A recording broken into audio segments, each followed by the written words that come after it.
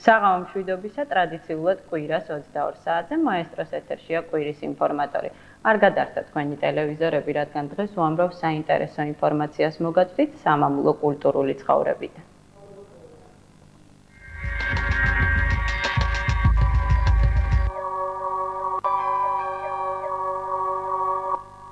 გასული კვირის ყველა მოვლენის მოკლე მიმოხილვა, ანუ ინფოკოლაჟი.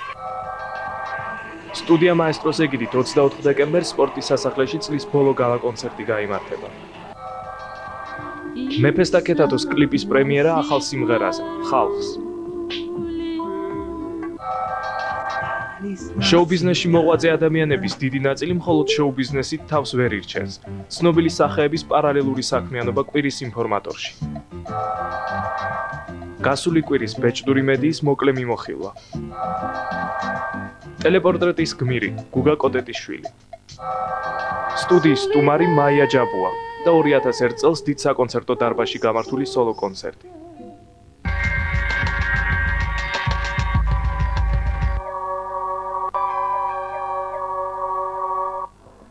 მოკლედ მიხვდით, რომ ძალიან საინტერესო საღამოს გაატარებთ თუ ყურადღებით ადევნებთ თვალს კვირის ინფორმატორს. რა მოხდა ორშაბათიდან დღემდე და რით იყო ეს კვირა საინტერესო, ამას საინფორმაციო კოლაჟიდან შეიტყობთ. რესტორან ბერიკონში 10 დეკემბერს სტუდენტური სპექტაკლებისა და ფილმების მესამე ფესტივალი დებიუტი გაიხსნა. წელს ფესტივალს საერთაშორისო სტატუსი მიენიჭა, ამიტომ კონკურსში მონაწილეობას ქართველებთან ერთად უცხოელი ახალგაზრდები მიიღებენ თავიანთი ნამუშევრებით. სულ წარმოდგენილი იქნება 16 სპექტაკლი და 45 ფილმი. აზერბაიჯანი და სასომხეთის სპექტაკლებით იქნება წარმოდგენილი, ხოლო ლატვია და ნიდერლანდები ფილმებით. ფესტივალი 17 დეკემბერს დაიხურება. მომღერალი დათო გომართელი მოსკოვის გასტროლებისთვის ემზადება. სტუდია სანო რეკორდში ის რუსულენოვან სიმღერებზე მუშაობს, რომლებსაც ახალი წლის დღეებში რუსეთის დედაქალაქში შეასრულებს. მომღერლის რეპერტუარში აქამდე არსებული კლასიკური კომპოზიციები, მათ შორის რომანსები, ახალი ინტერპრეტაციით და ჟღერადობით იწერება. გათანამედროვებული რომანსების საესტრადო ჟანრში ჩაწერა მომღერლისთვის საკმაოდ ექსპერიმენტული ნაბიჯია. ამიტომ რისკი იმისა, თუ როგორ მიიღებს მას რუსი აუდიტორია, საკმაოდ დიდია. თუმცა ახალ სტილში ჩაწერილი სიმღერები გომართელის რეპერტუარში ჩაჯდება და მას ქართველი მსმენელიც მიიღებს. თეატრალურ სარდაფში 8 დეკემბერს რეჟისორ ლაშანოზაძის სპექტაკლის პრემიერა შედგა. არ გადამრიო, ასე ქვია პიესას, რომლის ავტორი თავად რეჟისორი გახლავთ და ეს ის შემთხვევაა, როცა სცენაზე იუმორის გზით შეძლების დაგვარად რეალობასთანაა მიახლოებული ყოველდღიური ყოფითი პრობლემები. არანაირი განსაკუთრებული დეკორაცია და კოსტუმები სპექტაკლს არ დასჭირვებია, რადგან რეჟისორის ჩანაფიქრის მიხედვით ფაქტიურად ეს არის რეალური ცხოვრების თეატრალიზირებული ვარიანტი. ქართველი მოდელი არენა აწკვერელი, რომელიც წარმატებით მოღვაწეობს ესპანეთში 2005 წლის ივლისის თვეში ამერიკაში სილამაზის კონკურსში მისის გლოუბ საქართველოს სახელით წარდგება. ეს არის კონკურსი, რომელშიც მხოლოდ გათხოვილი ქალბატონები მონაწილეობენ. არენა საკმაოდ ცნობილი მოდელია ესპანეთში და ის არაერთი პოპულარული კომპანიის სარეკლამო სახეა. ამიტომ შანსი იმისა, რომ ის გამარჯვებული დაბრუნდეს სამშობლოში, საკმაოდ დიდია. მოდელთან ერთად სამზადისი დიზაინერ ბაკურ ბაკურაძის სახელოსნოში მიმდინარეობს. ეს უკანასკნელი მოდელს 21 საუკუნის ქართველი ქალის იმიჯს შეუქმნის. ილიკო სუხიშვილისა და ნინო რამიშვილის სახელობის ნაციონალური ბალეტის კონცერტებმა დიდ საკონცერტო დარბაზში დიდი წარმატებით ჩაიარა. ორმოქმედებიანი პროგრამა, ტრადიციული საკონცერტო ნომრები და ახალი დადგმები. ასეთი იყო პროექტი, რომელშიც მთელი აქცენტი ახალ შემადგენლობაზე იყო გადატანილი. ახალი შემადგენლობით და ახალი იდეებით ანსამბლის საიუბილეო წლისთვის ემზადება. როგორც მოსალოდნელი იყო 7 დეკემბერს სპორტის სასახლეში ლელა წურწუმიას თაყვანისმცემლების დიდმა ნაწილმა მოიყარა თავი. კონცერტში ლელასთან ერთად შოუ-ბალეტი, ვერნისაჟი და ის მომღერლები მონაწილეობდნენ, რომლებმაც მასთან ერთად დუეტები შეასრულეს. სულ 5 დუეტი შეცრულდა, აქედან 3 ახალი სპეციალურად ამ კონცერტისთვის ჩაიწერა. ლელას მესამე სოლო კონცერტს მისი ბოლო ალბომის სახელი სულელი წვიმა ერქვა. ამ კვირაში აჭარა მიუზიკლში ვიდეოკლიპის გადაღებები ირაკლი ჩარკვიანმა დაიწყო. 3 კომპოზიციისგან შემდგარი სიმღერა მოდი აქ მუსიკოსის ბოლო ალბომშია შესული და ერთ-ერთ კომპოზიციაზე ქეთათოსთან ერთად კლიპი უკვე მზად არის. რაც შეეხება ახალ ვიდეოს, მის რეჟისურაზე პროფესიით მხატვარი, თუმცა ამ სფეროში კარგად გარკვეული ნიკუშა შენგელაია ზრუნავს. მართალია ნიკუშასთვის პირველი მცდელობაა საკუთარი ძალები რეჟისურაში მოსინჯოს, მაგრამ ირაკლიმ ზუსტად იცის, რომ ეს ვიდეო სწორედ მას უნდა გადაეღო იმ მიზეზით, რომ ამ შემთხვევაში დიდი ხნის მეგობარი უპირატესობას მიანიჭებს. ანიჭებს არა კომპოზიციას, არამედ თავად მუსიკოს. ახალი ვიდეოკლიპი, რომლის პრემიერაც მაესტროს ეთერში შედგება, იქნება რითმული და საცეკვაო, რომელშიც მაყურებელი კარგად ნაცნობ სახეებს ამოიცნობს. სტუდია მაესტრომ საახალწლო პროექტ დიმპიტაურაზე მუშაობა დაიწყო. გადაღებები კლუბ ნუანუაში მიმდინარეობდა. პოპულარული სიმღერები ახალი აკომპანირებით, ახალი ინტერპრეტაციით და შესრულების ორიგინალური მანერით მაესტროს ეთერში ახალი წლის ღამეს გავა. სტუდია მაესტრომ საკონცერტო საქმიანობის მხრივ მცირეხნიანი პაუზა გააკეთა. ზაფხულში ქობულეთში ჩატარებული ლექსენის ძალიან წარმატებული სოლო კონცერტის შემდეგ ჩვენ ძირითადად სატელევიზიო რეორგანიზაციით ვიყავით დაკავებული და აი ახლა წლის ბოლოს ჩვენი ერთგული მაყურებლისთვის სიურპრიზს ვამზადებთ. 24 დეკემბერს სპორტის სასახლეში კიდევ ერთი ნამდვილი ზეიმი გელოდებათ.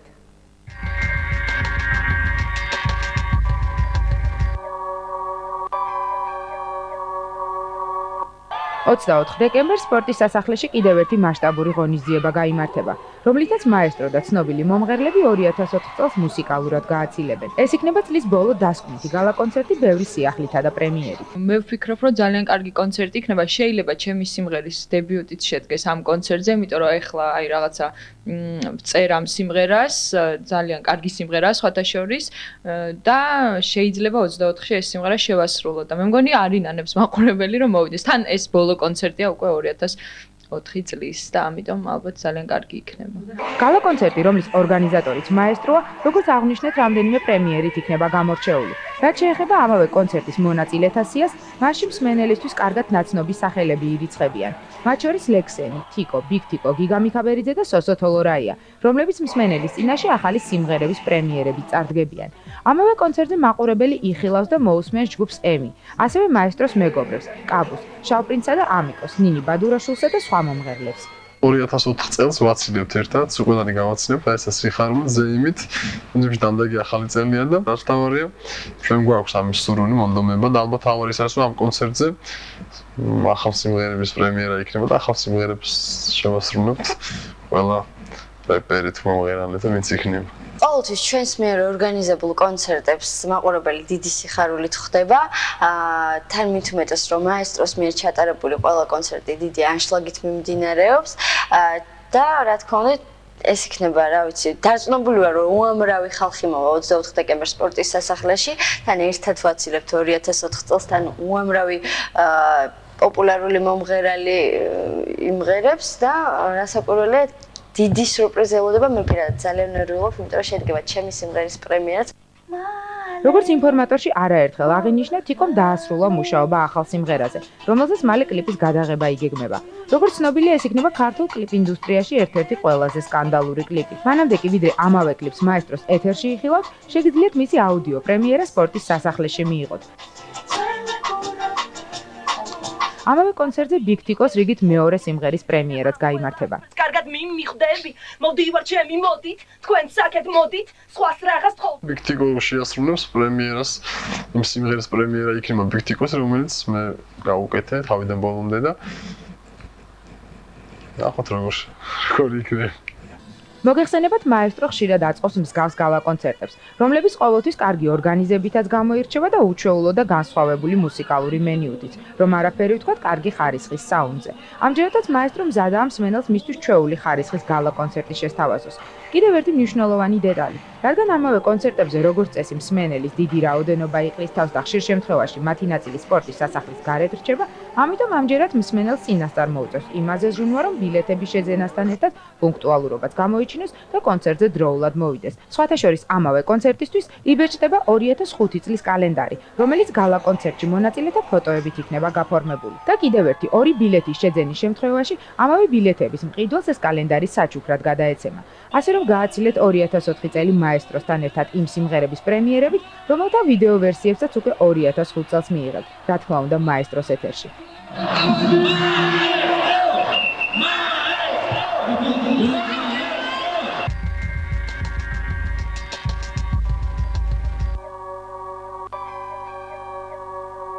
აი ასე, მოკლედ არ გამოგრჩეთ 24 დეკემბერი, ნამდვილად მუსიკალური სიურპრიზებით დატვირთული დღე იქნება.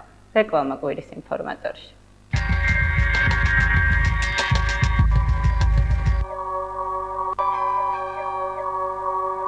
შეგახსენებთ მაესტროს ეთერში კვირის ინფორმატორია. ჩარკვიანების წყვილი დაუღალავად შრომობს და სისტემატიურად ქმნის ახალ ვიდეო და აუდიო პროდუქციას. კლიპი, რომლის შესახებაც ჩვენ ინფოკოლაში ვისაუბრეთ და რომელზეც მხატვარი ნიკუშა შენგელაია მუშაობს, ალბათ სულ მალე გახდება საზოგადოების მსჯელობის საგანი, მაგრამ მანამდე პაუზის შესავსებად ირაკლი და ქეთათო არ ისვენებენ და მაინც ქმნიან ახალ პროდუქციას. დღეს ჩვენ სტუდიაში ქეთათო მოვიდა ყველაზე სახალხო სიმღერის პრემიერით. საღამო მშვიდობისა ქეთათო. მოგესალმებით, მე მინდა აღვნიშნო, რომ ჩვენი ახალი ალბომის გამოსვლამდე გამოვა სინგლი, სადაც შევა 3 კომპოზიცია. აქედან ერთი არის, რომელზეც ნიკუშამ გადაიღო ვიდეო და ჯერ არ არის დასრულებული. მეორე ვიდეო იქნება ეს, რასაც დღეს შემოგთავაზებთ თქვენ და მთავარი ის არის, რომ ერთი თვის განმავლობაში რეალურის გადაცემამ განაპირობა საერთოდ ამ ეს იდეა დაიბადა, რომ ეს სიმღერა დაწერილიყო, ჩაწერილიყო და გადავიღეთ ვიდეო. ფაქტურად ეს ვიდეო არის გადაცემა რეალურის შვილი. იმიტომ რომ მთელი იდეა მანდედან წამოვიდა. და მე და ირაკლიმ გადავიღეთ ვიდეო და სიამოვნებით წარმოგიდგენთ დღეს თქვენ და თვითონ სინგლს რაც შეეხება სამშაბათიდან უკვე გამოვა გაყიდვაში იქნება ლიტ კაფეში და ოპერის პირდაპირ და თქვენთანაც გათამაშდება აუცილებლად. ქეთათო, მინდა გითხრათ, ძალიან დაგროვდა თქვენს არქივში აი ესეთი home video სტილის მასალა. ახლა რეჟისორების დეფიციტ რო არ განიცდით, ეს ყველამ კარგად ვიცით, პირიქით იქით გთავაზობენ, რომ თავიანთი ხარჯებით გადაგიღონ კლიპები. აი რატომ ხდება? რას აგროვებთ? ანუ ეს არის რაღაცა ერთჯერადი პროექტი და საბოლოოდ დასრულდება ამ სტილისტიკაში გადაღებული კლიპები თუ რა ხდება? ჩვენთვის ეს არის ყველაზე უფრო როგორც იტყვას საკრავიანი პროდუქცია, იმიტომ რომ აქ არის ისეთი კადრები შესული, რაც აი მართლა ჩვენ ძალიან გვიყვარს. ჩვენი დანახული ჩვენივე თავია, თვითონ მონტაჟის სპეციფიკაც და ენაც ჩვენთვის ბევრად უფრო ახლოა და ჩემთვის უფრო თბილია ხოლმე ჩვენს მიერ გადაღებული და დამონტაჟებული ვიდეოები. მე არავის არანაირ შეურაცხყოფას არ ვაყენებ სხვა ვიდეოებს, სხვა რაღაც ხიბლი აქვს, მაგრამ ჩვენ რაღაც გვიყვარს ეს ჩვენს მიერ ბოლომდე გამოშვებული პროდუქცია, იმიტომ რომ მუსიკაც ჩვენი, არანჟირებაც, ტექსტიც, გადაღებაც, მონტაჟიც და ბოლომდე ჩვენი შვილია, ჩვენი პროდუქცია. მართალი გითხრა, მე ეხლა გამიჩნდა ეს აზრი, არასდროს არ დაუკვირვებია, თქვენ თუ ხართ ორივენი ერთად კადრში, იმ დროს ვის უჭირავს კამერა, ვინ გიღებთ ხოლმე სახლში? ეს არ არის ხოლმე ეს კადრები, როდესაც ორივე ერთად ვართ, იმიტომ რომ ან მე უღებ ირაკლის, ან ირაკლი მიღებს მეც და რაღაც აი მე ზუსტად იმას ვიღებ ხოლმე ირაკლისგან იმ სახეს, რაც ჩემთვის მისაღებია, რაც მე მომწონს და რაც ყველაზე უფრო ვიცი, რომ ირაკლი არის და ირაკლი ზუსტად ისეთ ვხედავს, რაც ალბათ ყველაზე უფრო კარგად ირაკლი მიცნობს და ამიტომ ჩვენს მიერ გამოშვებული ვიდეოები ალბათ ყველაზე უფრო ჩვენ თავს ყველაზე უფრო ეს ვიდეოები ასახავს და ჩვენი ესთეტური მხარეც აქ უფრო ჩანს და სხვა რეჟისორები ცდილობენ რა თქმა უნდა იქ თავიანთი რაღაც ხედვაც ჩააქსოვონ და ეს უკვე იმათი პროდუქციაა და ეს ბოლომდე ჩვენია. ხალხს ესე ქვია სიმღერას, ხო? მე მინდა გითხო ადრე ირაკლი ჩარკვიანის მუსიკა მხოლოდ ერთეულებისთვის იყო გასაგები და აი ნელ-ნელა აი თუნდაც აი ამ სტილის ვიდეოები, თუნდაც აი სათაური ხო არ ნიშნავს იმას, რომ მივდივართ უფრო სახალხო ხო არ ხდება ჩარკვიანების შემოქმედება. საერთოდ თვითონ ესეთი იდეა რომ სახალხო გახდეს, არასოდეს არ გაამართლებს. თვითონ პროდუქცია, როდესაც იბადება, ის ხალხამდე ან მიდის, ან არ მიდის. შენ შეიძლება გათვლებით წინასწარ ვერაფერს ვერ გააკეთებ. შეიძლება გეგონოს სახალხო და არ გამოვიდეს და ყველაზე უფრო ალტერნატიული სიმღერა სახალხო გამოვიდეს და ეს უბრალოდ სწორედ ამ რეალურის დროს პრინციპში ხო ხალხი უყურებდა ჩვენ შოუს და აი ეს სიმღერა გაჟღერდა რეალურში ხალხისთვის რის თქმაც გვინდოდა ეს იყო პრინციპში და ბოლომდე აი ამ გადაცემას პასუხობს. ანუ ის კითხვები რაც შეიძლება გაჩენილიყო იმ კითხვებზე ასე თუ ისე პასუხი გავეცით აი ამ ვიდეოთი. ქეთათო, აი ჩვენი საუბრის ბოლოს მე მინდა ასეთი რამ ვკითხო, თუ უყურებთ სისტემატიურად რეალურის შემდგომ გმირს და ამ გადაცემას.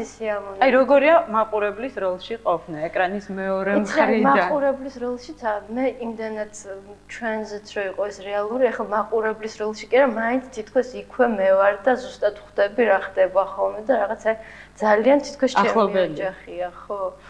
ძალიან ისე განცალკევებულად და ისე ვერ მიუდგები, იმიტომ რომ თითქოს ჩემ თავს ხდება ეს ყველაფერი და გრძელდება თითქოს ჩვენი შოუ. როდის იქნება კლიპი, რომელზეც ნიკუშა შენგელაია მუშაობს? ნიკუშას ბოლომდე ჯერ გადაღებებიც არ დაუმთავრებია, რაღაცები დარჩა კიდე გადასაღები და ალბათ იანვრამდე არ იქნება, იმიტომ რომ მონტაჟი უნდა და ნიკუშა ძალიან სკრუპულოზურია და ბოლომდე თითოეულ დეტალს, როდესაც შეაჯერებს, მოეწონება, თანამშრომელი არავის არაფერს არ აჩვენებს, თვითონ როდესაც მოეწონება, მე ალბათ ჩვენს გვაჩვენებს და მე ჩვენ თქვენ ყოველს გაჩვენებთ. რა თქმა უნდა, გისურვებ წარმატებებს, ძალიან დიდი მადლობა სტუმრობისთვის და კლიპისთვის. ნახოთ ვიდეო. ხალხს ასე ქვია ირაკლი ჩარკვიანის ახალ სიმღერა.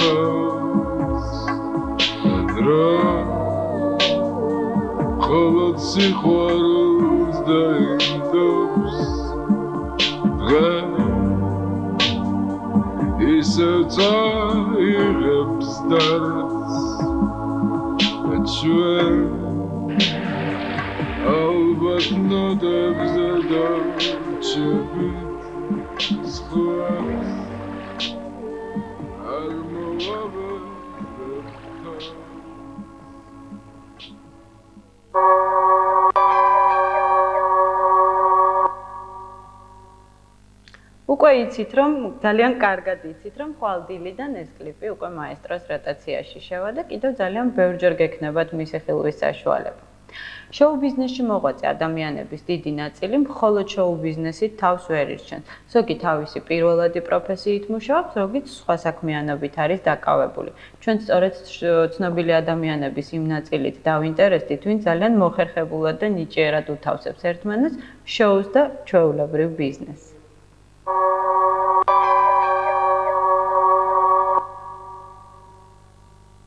ფაქტი რომ ხელოვანთათვის საკუთარი შემოქმედებით სერიოზული ფინანსების მიღება, ანუ მარტივად რომ ვთქვათ, გამდიდრება პრაქტიკულად შეუძლებელია, ყოველთვის საუკეთესოდაა ცნობილი. და რადგან ქართულ სივრცეში ხელოვნება ნამდვილად არ ასოცირდება კარგ განაზღაურებასთან, ამიტომ ცნობილი ადამიანები ხშირად მიმართავენ სხვა ხერხებს.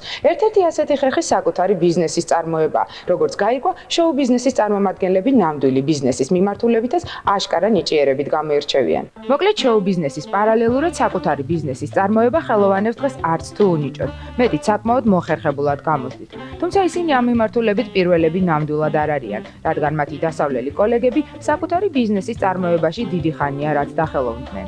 აქვე არის ერთი მნიშვნელოვანი განსხვავება ქართული შოუ ბიზნესის საესტრადო ფრთისგან განსხვავებით, დასავლეთის ვარსკვლავების საკუთარი შემოქმედებიდან მიღებული თანხებით ნამდვილად არ არიან უკმაყოფილო. მოკლედ საქართველოში ყველაფერი პირიქითაა. აქ ცნობილი ადამიანების ბიზნესში გადართვას მათი შემოქმედებიდან მიღებული არც თუ დიდი შემოსავალი განაპირობებს. სხვათა შორის არიან ისეთები, რომლებიც შოუ ბიზნესიდან კი არ მოხვდნენ ნამდვილ ბიზნესში, არამედ პირიქით, ბიზნესიდან შოუ ბიზნესში. 90-იანი წლების დასაწყისში, ჩემ ოჯახში შეიქმნა ეს სიტუაცია, რომ ასე ვთქვათ, სადავეები მართვის მე უნდა ამეყო ხელში და რაღაც კონკრეტული ბიზნესი მქონდა, რომელიც საკმაოდ წარმატებით მიმდინარეობდა, მაგრამ შემდეგ უკვე მივხვდი, რომ როცა ყველაფერი დაალაგდა და პირობები შეიქმნა მუსიკისათვის, მივხვდი, რომ უნდა დავანებებინა თავი და მუსიკაში ისე დაუბრუნებული ვიყავ.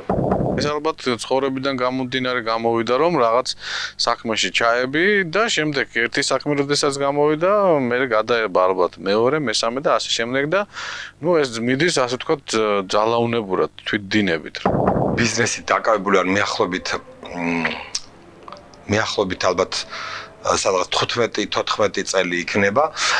ჩემი ბიზნესი ესე იგი მოიცავს თავიდან იყო ეს სამედიცინო სფერო. შემდეგ უკვე ჩემი ბიზნესი გადავიდა მოიკავა ტანსაცმლის სფერო, იმიტომ რომ მე ძალიან მიყვარს კარგად ჩაცმა, მარტო ჩემი არამედ სიამოვნებს, როდესაც სხვა კარგად ჩაცმულია და აი სწორედ ამასთან დავაკავშირეთ ჩემი ბიზნესი. ქართული შოუ ბიზნესის წარმომადგენელთა უმეტესობა იმ შემთხვევაში თუ კი საერთოდ გადაწყვეტს, რომ საკუთარი ბიზნესი უნდა ჰქონდეს, უმეტესად ისეთ ფორმებს მიმართავს, რომელიც მათ შემოქმედებასთან ახლოსაა და მათსავე შემოქმედებაზე კარგად მუშაობს. ამ შემთხვევაში იგულისხმება ხმისჩამწერი სტუდიები, რომელთა მეპატრონეები არამხოლოდ სხვა მუსიკოსებს აძლევენ საშუალებას საკუთარი პროდუქცია ჩანაწერის სახით მუსიკალურ ბაზარზე გადაამისამართონ, არამედ ამავე მომსახურებით თავადაც დიდი სიამოვნებით სარგებლობენ. მოკლედ ეს ყველაზე შემოქმედებითი ბიზნეს წამოწყებაა. თანაც ამ შემთხვევაში საუკეთესოდ მუშაობს ცნობილი ფრაზა: სასიამოვნო სასარგებლოსთან ერთად. პარალელურად მუსიკალური ასე ვთქვათ მუშაობისა მაქვს მეგობრებთან ერთად ხმისჩამწერი სტუდია, რომელიც რაღაც გარკვეული დამატებითი შემოსავლის წყარო არის ჩემთვის. პირველი მიზეზი ალბათ ის, რომ სტუდია მაქვს, არის ჩემი მოღვაწეობიდან გამომდინარე, რომ სასურველია საერთოდ, რომ ყველა მომღერალს ჰქონდეს საკუთარი სტუდია, თუ ამის შესაძლებლობა არსებობს, რა თქმა უნდა. და მამა ჩემი არის ბიზნესმენი და ფიქრობს, რომ სამნი ვართ ოჯახში და სამივე შულს რაღაცა ჩვენი ბიზნესი უნდა გქონდეს.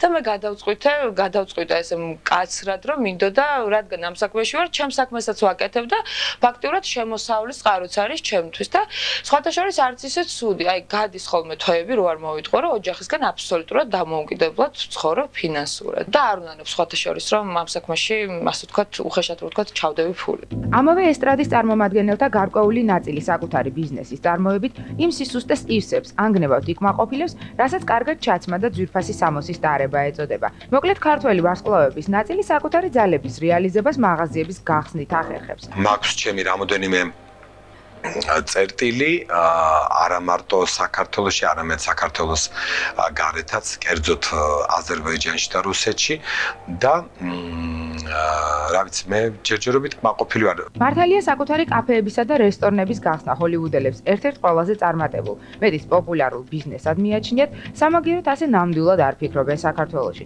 ამიტომაც ქართული შოუ ბიზნესის ძალიან მცირე ნაწილის ანგარიშზეა რამდენიმე არც თუ ურიგო კაფე. მოკლედ არიან გამონაკლისებიც, რომლებსაც სწორედ ეს ბიზნესი აინტერესებს. მაგალითად, თუ ლიზა ბაგრატიოს კაფე თბილისში აქვს, სამაგიეროდ ბაკურ ბურდული ასევე საკუთარ კაფეს თანაც ღიას მალე გუდაურში გახსნის. ბიზნესის ნიჭი მე არ მაქვს. აქედან გამომდინარე ვერც აღმოვაჩენდი. რატომღაც შევა მეგობრებმა გადაწყვეტეს, რომ მე ამის გაკეთება შევძლებ.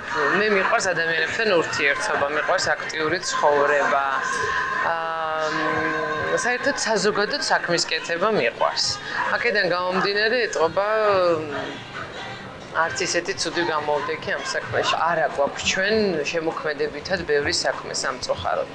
ჩვენ რო ვიყოთ დღეს იმ მდგომარეობაში, შემოქმედ ხალხს გულისხმობ, რომ სულ კონდეს რეპეტიცია, რაღაცა მუშაობა, საქმე, კონცერტი, გადაღება, ჩაწერა, მაშინ უბრალოდ ფიზიკურად ალბათ ვერ მოვახერხებდით ამას. სამწუხაროდ ჩვენ ამის დრო გვაქვს. არაფერი არ მირჩევნია იმას, რომ ერთი კაი სტუდია მქონდეს, ყველაფერი ძალიან აწყობილი და ვიждე და მარტო იმაზე ვიფიქრო, რომ აი რა მუსიკაში, რა ტექსტი და რა არანჟირება და საერთოდ რა როგორ გავაკეთო, მაგრამ ნუ ეს არის წარმოუდგენელი საერთოდ დღევანდელ ჩემ რეალობაში, იმიტომ რომ აი ძალიან ბევრი კარგი იდეა მაქვს ახლა და უბრალოდ მინდა რომ ეს რაღაც და თან არავის არ მინდა რომ საერთოდ თავზე რამე მოვახვიო რომ გინდა თუ არა ეს ისე ამაში ფული ჩადე ან რაღაც რა და ამიტომ ნუ იძულებული ვარ და ნუ სხვა შანსი არც მაქვს პრინციპში ბევრი ვიფიქრე ამაზე და გადავწყვიტე რომ რაღაც დონეზე უკვე რაღაც ჩემი ცალკე პატარა საქმეები მქონდეს საიდანაც მე ის შემოსავალი დამეხმარება იმაში რომ უბრალოდ მე ეს გავაკეთო.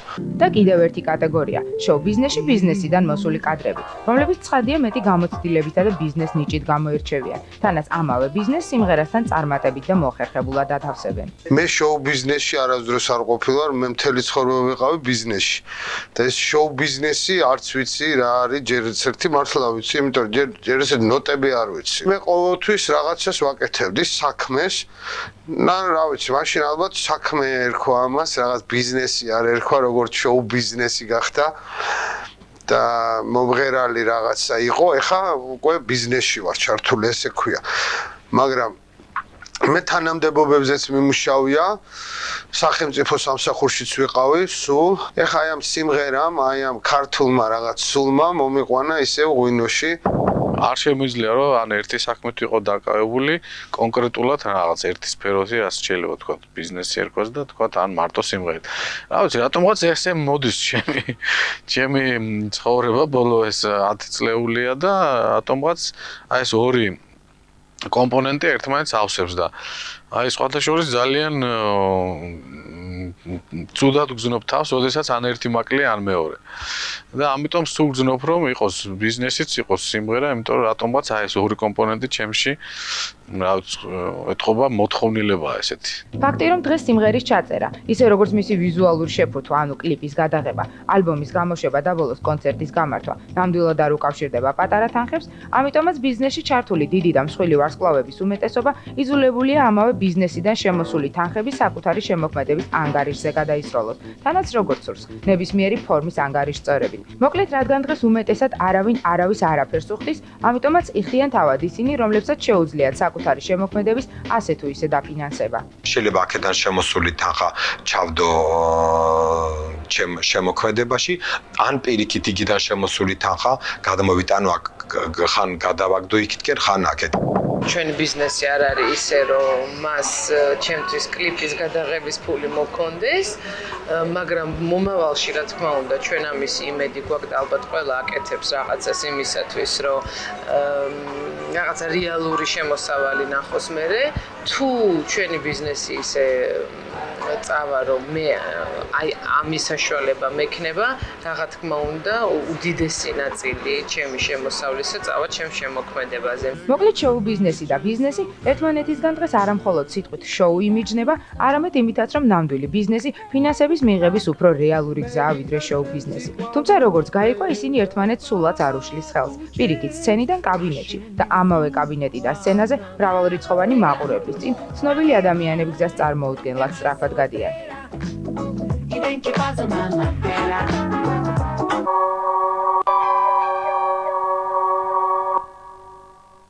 ქართულ შოუ ბიზნესმენებზე და არა მხოლოდ მათზე და კიდევ ბევრ საინტერესო თუ არასაინტერესო თემებზე წერენ და წერენ ქართველი ჟურნალისტები და არა მარტო ჟურნალისტები წერენ ისინი, ვისაც წერა არ ეზარება და საბოლოო ჯამში ვიღებ ძალიან მრავალფეროვან, ყვითელ თუ სრულიად უფერო, შეცდომებიან თუ უშეცდომო, ხარისხიან თუ უხარისხო პრესას. ჩვენც როგორც წესი ვინტერესდებით ხოლმე ამ პრესის სიჭრელით და სისტემატიურად ვრცლად მიმოვიხილავთ ხოლმე მას.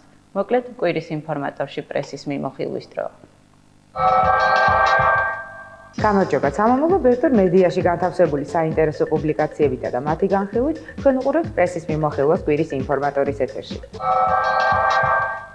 მოგეხსენებათ გასულ წელს თბილისელებმა თბილისობა არა მხოლოდ საქართველოს დედაქალაქში, არამედ ნიუ-იორკშიც კი აღნიშნეს. როგორც ჩანს, ამავე მიზნით ქართველები წელსაც აპირებდნენ ამერიკის შეერთებული შტატების მიმართულებით გამგზავრებას და ნიუ-იორკში გერმანულ ოპერაში კონცერტების ჩატარებას. ამერიკის მიმართულებით მომზადებულ დესანტში წელს ჩაირიცხნენ ნუნუ გაბუნია, ნუკრი კაპანაძე და ანსამბლი ჰერეთი. ამავე კონცერტზე მიწვეული იყო ქართული ესტრადის დივა ნანი ბრეგვაძე, რომელმაც მოულოდნელად მარშრუტი შეიცვალა და ამერიკის ნაცვლად პეტერბურგში გაემგზავრა. მოკლედ ყველაფერი მზად იყო, მაგრამ როგორც გაზეთმა კვირის ქრონიკამ გაარკვია, ზემოხსენებულთაგან ამერიკაში არავინ გაუშვიათ. მიზეზი საკმაოდ ცნობილი და ერთო ბანალურია. ისინი კონსულმა არ გაუშვა. სხვადასხვა კონსულს ანსამბლ ჰერეთის ხელმძღვანელ დავით გოგიშვილისთვის ისიც კი უთქვამს, რომ თურმე მას ამერიკაში მოცეკვავეები კი არა მეფუტკრეები მიყავდა. მოკლედ თბილისობა ამერიკულად სამწუხაროდ წელს ვერ შედგა. სამაგიეროდ წარმატებით წავიდა და ჩამოვიდა საქართველოს პირველი ლედი ერევანში.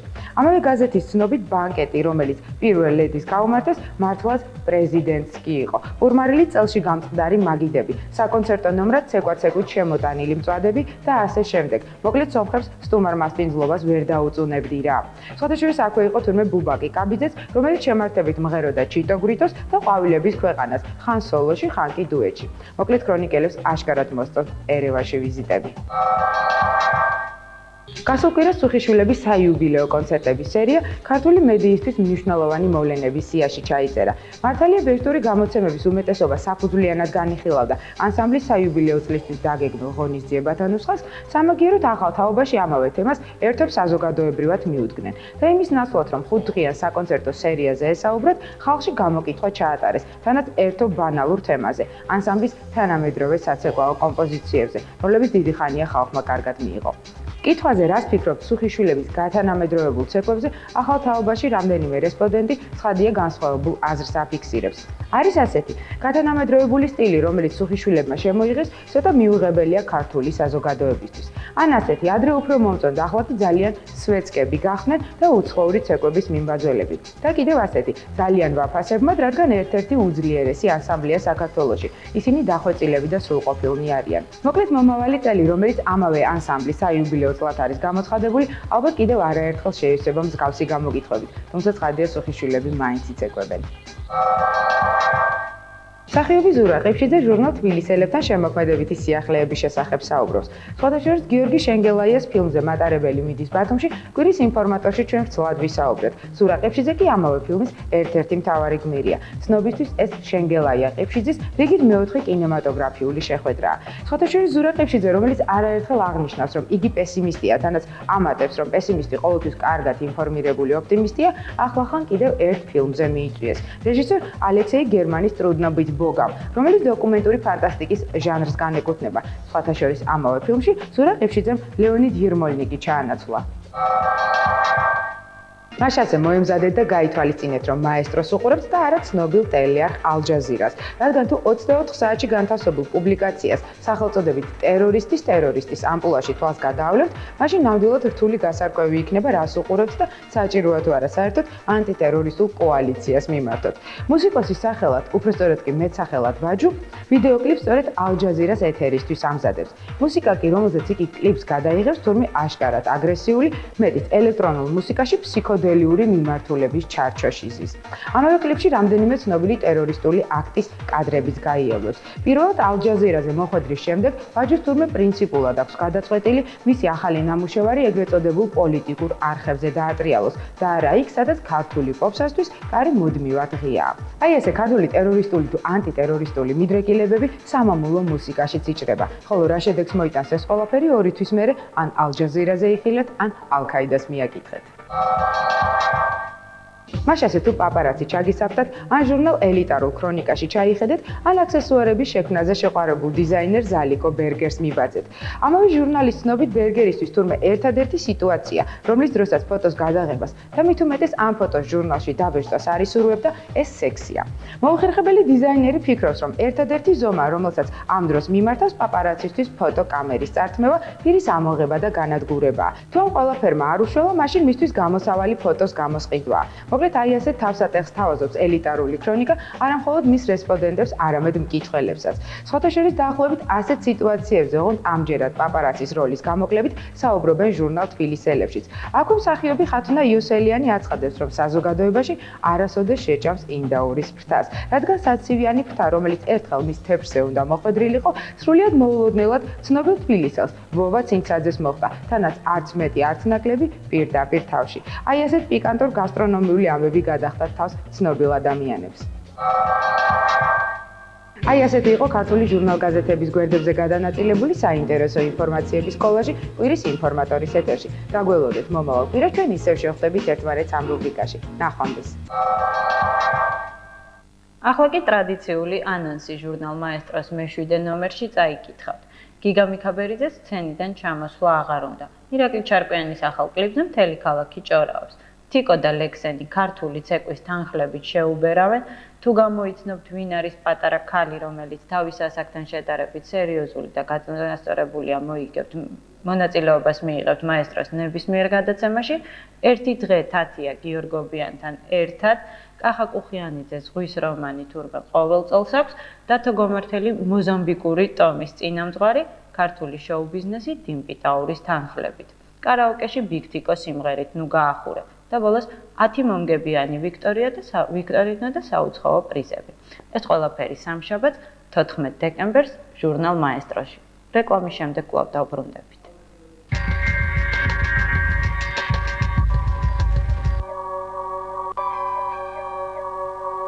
კვირის ინფორმატორი განაგრძობს თქვენს ინფორმირებას. თბილისის ერთ-ერთი უძველესი უბნის, ერთ პატარა ქუჩაზე ძალიან ლამაზი და ორიგინალური სახლი დგას. თითქმის ყველა თბილისელმა იცის, რომ მისი დიზაინერი ამავე სახლის მკვიდრი გუგა კოტეტიშვილია, რომელსაც არა მხოლოდ ექსტერიერი ეკუთვნის. ამ სახლში განლაგებული ავეჯის თუ თითოეული აქსესუარის ავტორიც თავად არის. თითქმის ყოველი წვრილმანი ნივთიც კი აქ ხელოვნების ნიმუშია.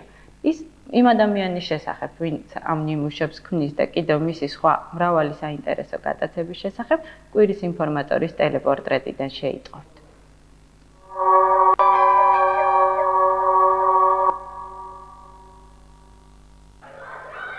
შემოქმედებითი კარმის მატარებელი კოტეტიშვილების საგვარეულოდან დიზაინერული ნიჭით გამორჩეული გუგა კოტეტიშვილი დღეს ყველაზე თანამედროვე ავეჯის ავტორად ითვლება.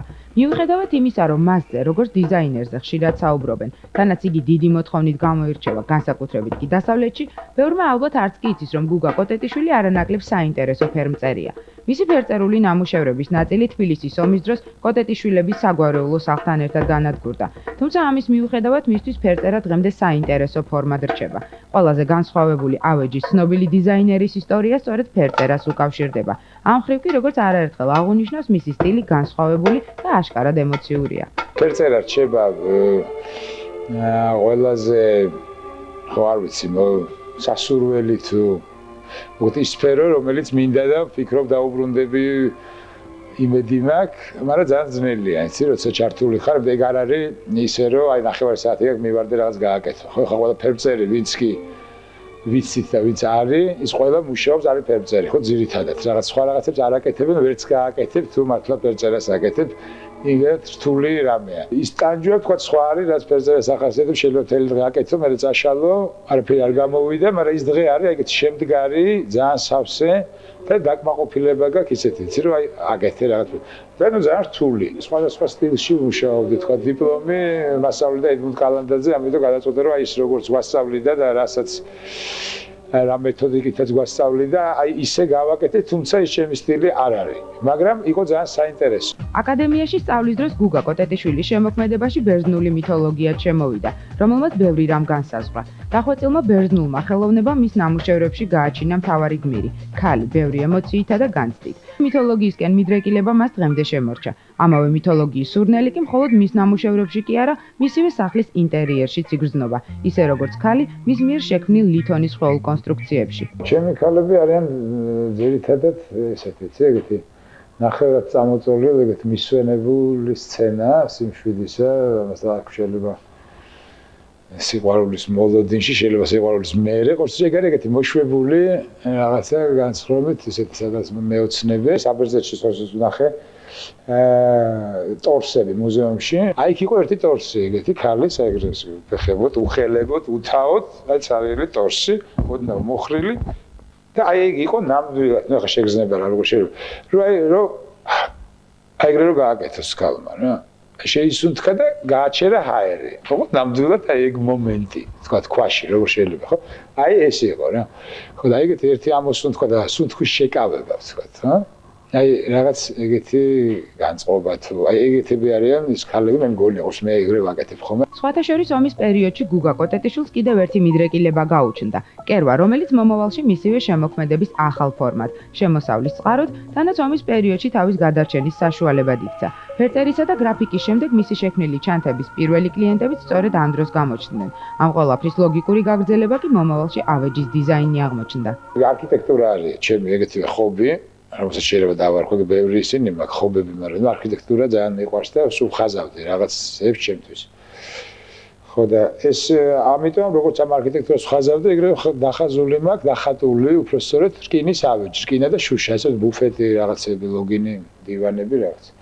ხო, მაგრამ ეგ თავისთავად ეგრე იყო. უბრალოდ მე აი ამ ომის მერე, მანამდე გერმანიაში ვიყავდა, იქ ვნახე ავეჯი მაღაზიაში, სალონში. სადაც იყო ეგეთი რკინის ფერი, როგორც მე ვტოვებ ხოლმე. და ძალიან მომეწონა მარტივი იყო, მაგრამ ვიფიქრე, რომ ეს ის რკინა, რაც ჩვენთან აიყრია, თუ ეს სხვა რკინა შეიძლება, ხო? არ მქონდა რკინასთან შეხება და ეხლაც არის იყო სხვადასხვა ისინია. შენადნობები, ამიტომ რაღაც თქვა ხისტი და რბილი. ხო და აი ამაზე იყო რომ მომინდა აი ამ რატი ერაძესთან ერთად, რატი კერა და კაბურებს, ერო დავიწყე მაშინ და ამიტომ ეს ტყავთან ის ქონდა შეხება. მოვიფიქრე იქნებ გავაკეთოთ მეთქი ერთი პირდაპირ სახლის წინ ეღარა ეს რკინა რა. რომ იქნებ ერთი გავაკეთოთ რომ სინჯოთ, ნუ ის ახლა რა უნდა რაღაცა მოგეთ ბოლო გავაკეთეთ ერთის გამი. პირდაპირ დამიკვეთეს 4 სავარძელი, ესე უნახავად, სხვადასხვანაირი სავარძლები, ეგ იყო ეგეთ პირველი დაკვეთა. თითო $80. ეგ იყო მაშინ ჩვენს რო ააფულიან. ეკლექტური სტილი, რომელშიც დასავლური და აღმოსავლური მოტივები მშვიდობიანად ერთიანდება. აშკარად გრაფიკული ლითონის კონსტრუქციები, რკინა, რომელიც გუგა კოტეტიშვილის ხელში დრეკადი ხდება, ანუ მის დიზაინს ადვილად ექვემდებარება და ბოლოს ხალიჩის ბალიშები. ეს კოტეტიშვილის ნამუშევრების მთავარი მახასიათებლებია.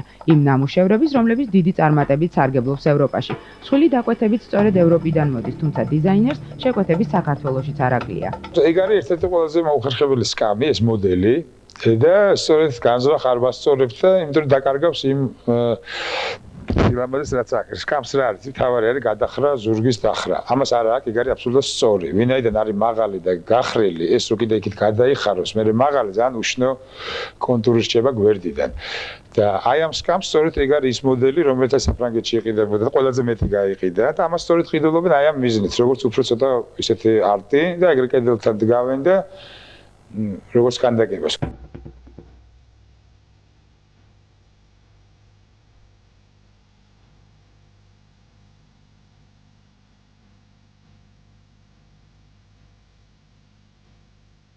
იქ მასალა მე მაგალითად იქ ვიპოვე უბრალოდ ეგეც ბაზრობაზე ჟამტრედიას ქუჩაზე მზა ეგეთი ზედა 4 ცალი ალუმინის ეგ იყო ეთქობა მზა 120-90 ქონდეს რაღაც დავაფარე ზემოდან მე შიგ გაკეთდა ეს პატრონები ამ ნათურებისთვის და ნუ სამაგრი ბოცაზე ну ამდენად გაჩნდა უკვე ეს თქვა ამ ტიპის და ეს პროპორცია ამ ბოცას ერგება კარგად ჯდება თქვა ეხლა ორი ეგეთი არის მაღალ ფეხზეც იგივე გამოყენებული ну ეგ არის რა რაღაცებს ამ სულ ვეძებს უპოულობ რაღაცებს ხედავ ხოლმე არ ვიცი რისთვის გამომადგება მაგრამ ნუ იდეაში იცი რომ ეგ რაღაც სადღაცაა ამიტომ გავსებული სახლია ეგეთი მაგრამ მშრალი ხიდი მაქვს სახში მოკლედ მე სხვათა შორის გუგა კოტეტიშვილს მხოლოდ მხატვრობასა და დიზაინში კი არა კინემატოგრაფშიც აქვს ნამუშევარი მათ შორის რამდენიმე ფილმზე საკუთარ ძმასთან ტატო კოტეტიშვილთან ერთად გუგა კოტეტიშვილი იმასაც ცვლის რომ ფილმის შექმნისას მხატვარს განსაკუთრებული როლი და ფუნქცია აქვს ქართულის გარდა გუგა კოტეტიშვილი ჰოლანდიურ კინემატოგრაფშიც გამოჩნდა ტატო კოტეტიშვილის მეუღლესთან ინეკეს მიცთან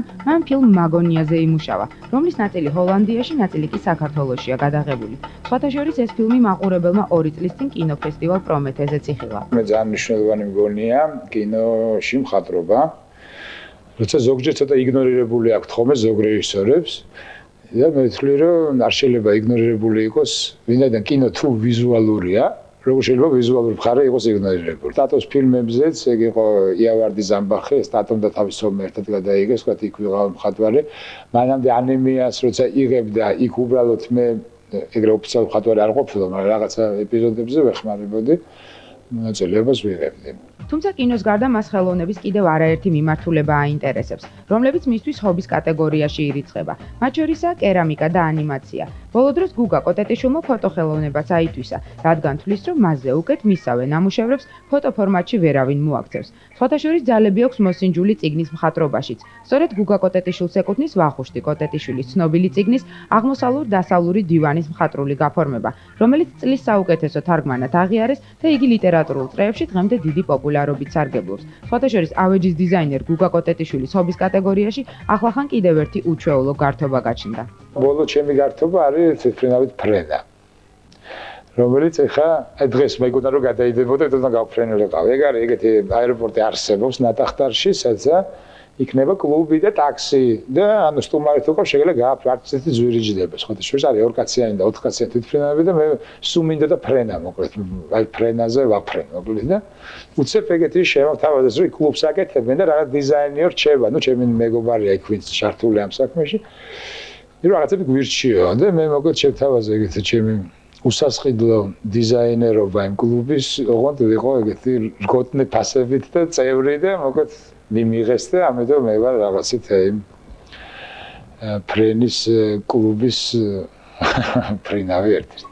ამ ყველაფრის მიუხედავად, ისეთი რამეებიც არსებობს, რომლებსაც თვლის, რომ თავს ვერასოდეს გაართმევს. და რადგან მისივე თქმით, ყველაფერი ნატურალური და ნამდვილი უყვარს და მოსწონს, მაგალითად, წვენები, მათ შორის აი ეს ნატურალური ტყემალი, ამიტომ მისთვის ხელოვნურად რამის კეთება უინტერესო და მიუღებელიც გია. სხვათა შორის ალბათ მოულოდნელი იქნებოდა კოტეტიშვილების გვარის წარმომადგენელს პოეზიასთან შეხება რომ არ ქონოდა. ამიტომაც მის ცხოვრებაში იყო ისეთი პერიოდიც, როდესაც ლექსებს წერდა, თუმცა მამისგან განსხვავებით ისინი არსად დაბეჭდილა. რა იგი იყო დაუკმაყოფილებელი ვნების შედეგი რა, რასაც შეყვარებული ხარ და იქიდან პასუხი არანაირს ვერ იღებ, მე გადავიდე, ძალიან ცუდად ვიყავდი. ლექსების წერა ამ იმეთი რა ქვია და მე ცოტა გავიწაფე. უბრალოდ ბავშვობაში რაღაცა მქონდა მცდელობები, მე დავანებე, მე ამ ხოდეში იყო ისეთი მოთხოვნილება, იცი, ამ ლექსის წერის და მე საერთოდ მივიდოდი ხო, რა ბლოკნოტს ვიდოდი, იქ უბრალოდ დღიური სახით ფიქრობდი, მე გადადიოდი ლექსებში და მე რაღაც ლექსები დარჩა რა, რეულები, რაღაც ლექსები, რომელიც ნუ არის რა და ზოგი ხმე სიამოვნებით გადავხედავ ხომ რაღაც პერიოდს გაგონებს. ეს მისი სალონია, რომელიც ერეკლე მეორის ქუჩაზე არსებულ კაფეებისა და გალერეების გვერდით მშვიდობიანად თანაარსებობს. ამავე სალონში გუგა კოტეტიშვილის ბოლოდროინდელ ნამუშევრებსაც შეხვდებით, რომლებიც არც თუ დიდი ხნის წინ გალერეა TMS-ში იყო გამოფენილი. რაც შეეხება უშუალოდ გამოფენებს, გუგა კოტეტიშვილის ანგარიშზე არაერთი ექსპოზიცია ირიცხება, როგორც საქართველოში, ისე მის საზღვრებს გარეთ. სხვათა შორის თბილისში რამდენიმე კაფე სწორედ მისი დიზაინის მეშვეობით იქცევს ყურადღებას, რადგან მათი ინტერიერი აშკარად მოულოდნელი და ერთობ არაორდინალურია. ისევე როგორც მისი სახლი, სადაც შეგიძლიათ ყავა აბაზანაში მიირთვათ და აქვე ეგზოტიკური მცენარეების ცქერით დატკბეთ. ამის გარდა მის სახლში არაერთ საინტერესო ნამუშევარს შეხვდებით. მოკლედ არაორდინალური ავეჯის დიზაინერი ყოველდღიურ ცხოვრებაშიც არაორდინალურია.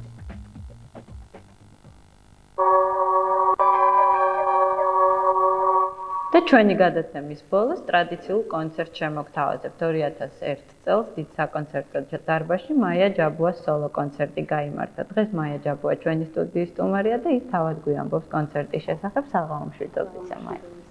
თქვენ ის ადამიანი ხართ, ვინც მთელი ცხოვრება ადრეული ბავშვობიდან მოღვაწეობთ ამ სფეროში და რატომღაც ისე მოხდა, რომ ეს იყო თქვენი პირველი სოლო კონცერტი. რატომ რეპერტუარის დეფიციტს ნამდვილად არ განიცდით? ცირა რეპერტუარის დეფიციტს არ განვიცდიდი, მაგრამ ნაბიჯ სულ მეჩვენებოდა, რომ ეს ის სიმღერები არ არის, ან ეს ის რაოდენობა არ არის, რომელთაც მე მინდა წავსკი მაყურებლის წინაშე. და სხვა შორის გარდა რეპერტუარისა სულ ფიქრობდი აი იმ ფორმაზე, რომ რაღაც არასდროს არ მომწონდა, მაშინ თუმცა შოუ ბიზნესი არ ერქვა ჩვენს საქმიანობას და ჩვენს პროფესიას.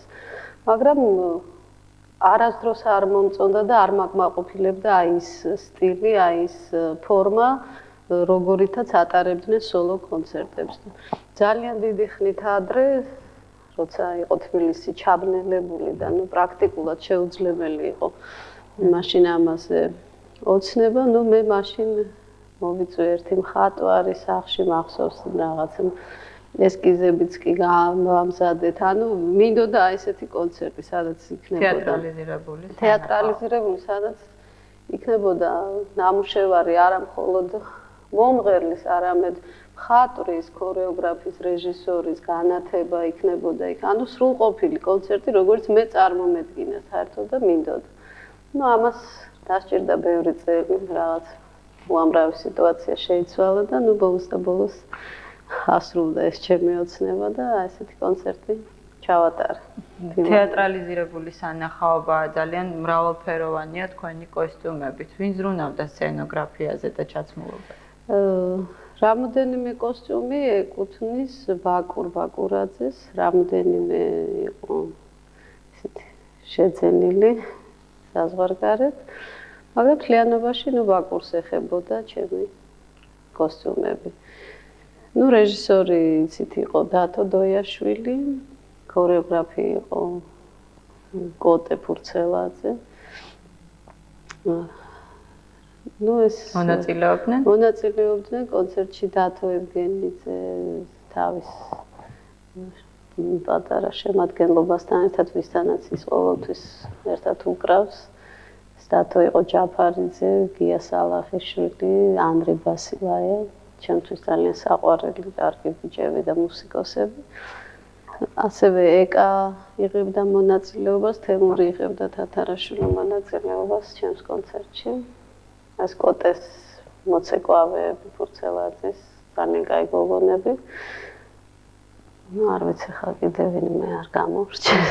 მე მახსოვს, გაჩნდა ძალიან ბევრი ადამიანისგან გაჩნდა ასეთი კითხვა, კლიპი, რომელსაც თქვენ სიმღერა, რომელსაც თქვენ მერაბ სეფაშვილთან ასრულებდით და იყო კლიპი. კონცერტზე შეასრულეთ თემურთან ერთად. რატომ მოხდა ესეთი გადანაცვლება? ეს დუეტი იყო საერთოდ მერაბზე გათვლილი, მერაბისთვის იყო. მერაბთან ერთად ჰქონდა ჩაწერილი და კონცერტზეც უნდა შეესრულებინა მერაბს.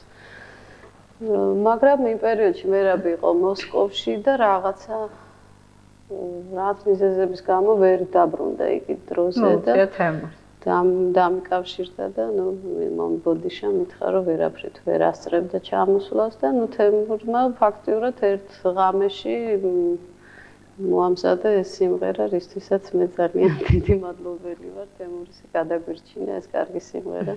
მართლა ძალიან გული დამწყდებოდა კონცერტზე რო არ ყოფილიყო. მაია, თქვენ ერთხელ ჩემთან ინტერვიუში მიამბეთ ასეთი რამ, რომ კონცერტის წინ გაქრა მინი დისკი, რომელზეც იყო სრულიად მთელი პროგრამა ჩაწერილი. კი არ გაქრა, არ წაიკითხა უბრალოდ. ხო, რაღაცა მოხდა. აი ეს რომ მართლა ასე იყო, მე გაირკვა რომ ყველაფერი კარგად მოხდა, მაგრამ ეს რომ მართლა ასე მომხდარიყო, აი რა შეიძლება ქნას ამ დროს მომღერა, აი რა მოხდებოდა? რა ბედი ეწევოდა იმ დღეს კონცერტს? რა ვიცი, ჯერ ერთი მე ხო გითხარი მაშინაც, რომ რაღაცა დიდი რეაქცია არც მქონდა, რომ მითხრეს, რომ არ კითხულობსო მინი დისკსო. და მე ვერც აგიღწევ და არც მიცდი არასდროს აი ამის გადმოცემა ვინმესთვის, იმიტომ რომ მთელი ის პერიოდი აი რაღაცა ისეთ საოცარ მფარველობას ვგრძნობდი, აი ზევიდან საოცარ კეთილ ძალას.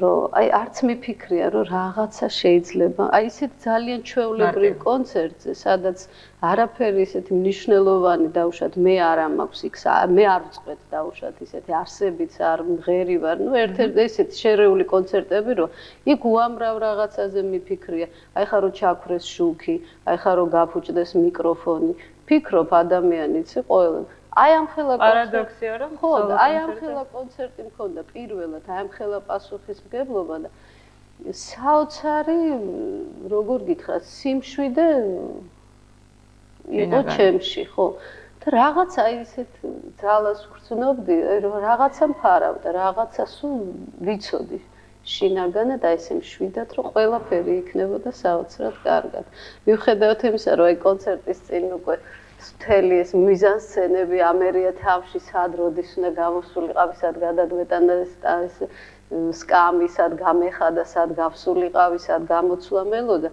აი ეს ყველაფერი რომ დაავატრიალე ჩემ თვითში უცებ ძალიან ცუდად გავხდი და სასწრაფოდ გამოვედი გრიმს შევაწყვეტინე აღარ მინდა 12 გრიმი დავამთავროს და ჩავიცი და გავედი კულისებში და აი კულისებში დავდექი თუ არა აი სიმშვიდე დამიბრუნდა და აი არც მახსოვს როგორ გაფრინდა ეს დრო და ხო გეუბნები აი არც მიფიქრია რაღაცა ესეთი აი ესეთ რაღაცებზე არც დაფიქრებულა რომ აი რა შეიძლება მოხდეს და გავიდა ძალიან ბევრი წელი ნუ ბევრი რა 4 წელი გავიდა მას შემდეგ ხომ არ გეგმავთ ახალ სოლო კონცერტს ან როდის ექნება მაყურებელს ეს ბედნიერება იცი რა არის აი ესეთ დაგეგმით მე არც არაფერს არ გეგმავ არასდროს იმიტომ რომ რაღაცა არ მჯერა აი ნუ ვიღაცას ეს კარგად აქვს დაცდილი და ზუსტად იცის რომელ რიცხვში რომელ თვეს რას გააკეთებს და მე უფრო იმის მჯერა რა ვიცი ერთხელ ვიღაცამ თქვა თუ გინდა ღმერთი გააცინო შენს გეგმებზე უნდა გეგმები და დააწყო და ისაუბრო და ამიტომ მე უფრო ის ჩემთვის ყოველთვის ვფიქრობ რაღაცა როცა ახალს ვაპირებ და უფრო დიდ დროს უთმობ აი ამას ჩემში როდესაც ეს იხარშება და ჩემში მზადდება და ძალიან დიდი რეპეტიციები ჩემს ტვინში ხდება და ვაანალიზებ ყველაფერს და პრინციპში ცოტა დრო მჭირდება უკვე ამის განსახორციელებლად და არის კი რაღაცა ესეთი ახალი რეპერტუარიც უკვე იძლევა რაოდენობა იმის საშუალებას რომ ერთი ახალი სოლო კი არის ამის იდეა ვფიქრობთ უკვე სერიოზულად კეთდება უკვე რაღაც პარტიტურებიც დაწყებულია ნაწილობრივ მაგრამ მე არ მიყვარს როცა ვიღაც მაჩქარებს ან რაღაცა არ მსუბიძახი არსად არ მაჩქარება აი როცა ყველაფერი იქნება მზად მეც აი ამ ახალ კონცერტს მოვასმენინებ ჩემს მაყურებელს თქვენ ერთ-ერთი ყველაზე დიდი პროფესიონალი ხართ ამ სფეროში და მე მაინტერესებს თქვენი აზრი და შეფასება როგორია დღეს თქვენი აზრით ქართული შოუ ბიზნესი რა ხდება რა მოგწონთ ან რა არ მოგწონთ დღევანდელ ესტრადაზე ეს ისეთი რთული თემაა და რაღაცა თან ძალიან ბევრი საუბრები არის ამ შოუ ბიზნესის გარშემო რა ვიცი მე ალბათ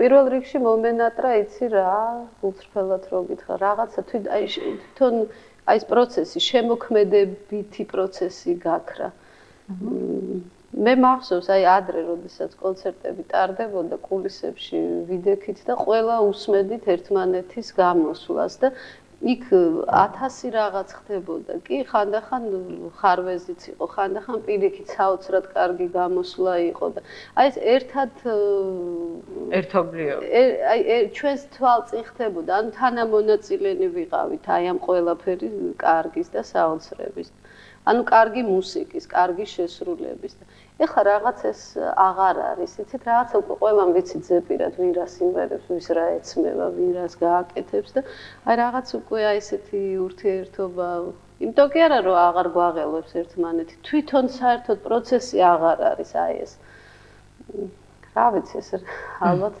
თავის მიზეზები აქვს მაგრამ რა ვიცი მე მაინც ოპტიმისტი ადამიანი ვარ და სულ ამით ვამთავრებ ხოლმე ჩემს გამოსვლას და აზრს რომ მე მაინც მჯერა რომ უკეთესობისკენ შეიძლება ხო არა არის რაღაცა ისეთი ფილტრი ბუნებაში, რომელიც თვითონ ფილტრავს ყველაფერს, იმიტომ რომ დრო ისეთი რაღაცა ყველა და ყველაფერი ვერ უძლებს დროს და ყველაზე კარგად დრო გვიჩვენებს თვითონ, ვინც დროს უძლებს და რაც დროს უძლებს. აი ეს არის ფასეული, ის რჩება და ვინც დასარჩენია, ის დარჩება და ვინც უნდა იმღეროს, ის იმღერებს. ეს ყველაფერი მოხდება ბუნებრივად. მოია ძალიან დიდი მადლობა სტუმრობისთვის და კონცერტის მოწოდებისთვის. მე მაყურებელს ვეთყვი იმას, რითიც დავიწყე, რომ არ გადართო თქვენი ტელევიზორები, ნამდვილად ძალიან ხარისხიანი ქართული მუსიკის მოსმენის შესაძლებლობა გეძლევათ. ერთი კვირით გემშვიდობებით.